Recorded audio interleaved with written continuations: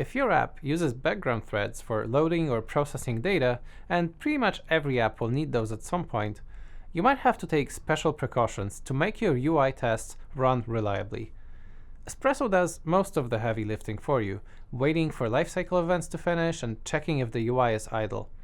But it can't always know what the other parts of your app are doing, and you might need to write some additional code to make synchronization possible. Let me show you on an example. I'll create a new project in Android Studio with the empty activity template. Let's do some initial setup for testing.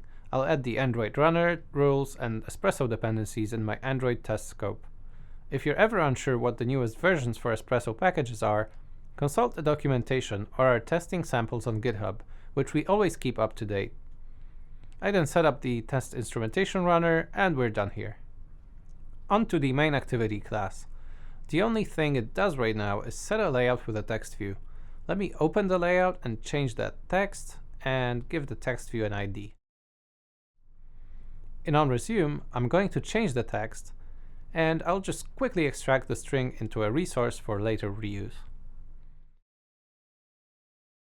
Let's create a UI test for the activity using an Android Studio shortcut. Add the annotation to use the Android test runner first. Then I need to set up the activity test rule that will start my activity, and check if the correct text is displayed.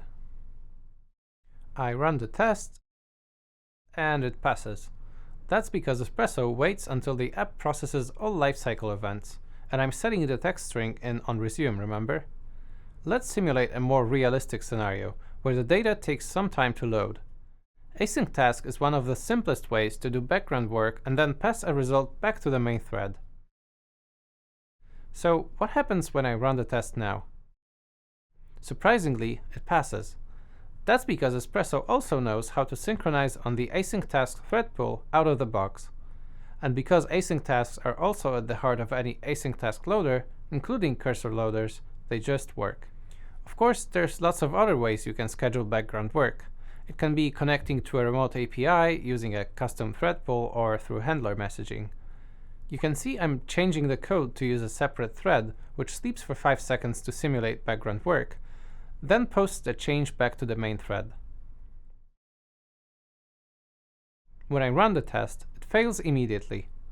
As soon as onResume returns and the activity is idle, Espresso is trying to validate the message on the text view, and it fails, because the runnable hasn't had a chance to run yet. That's when you have to use IdlingResource to tell Espresso when your app is busy processing. I'll use an implementation of an idling resource that we provide with Espresso called Counting Idling Resource. It's very simple to use, and it basically lets you increment a counter for every resource that is busy when you're waiting for something to finish loading, and decrement it when it's done. Espresso will automatically run whenever the counter is at 0. I'll give it a name, data loader, used mostly for logging, but it has to be unique among registered idling resources. Now, increment before scheduling my runnable, and decrement when it's done. The only thing left is to register the resource with Espresso. In the test class, I'll add a setup method to grab the idling resource instance from the activity. And it's done. Run test. After 5 seconds, the counter gets decremented and the test passes. To sum up, if your tests are flaky or outright failing because of background threads and asynchronous events, use IdlingResource to tell Espresso when to pause and resume its work. That's all for this episode. Happy testing.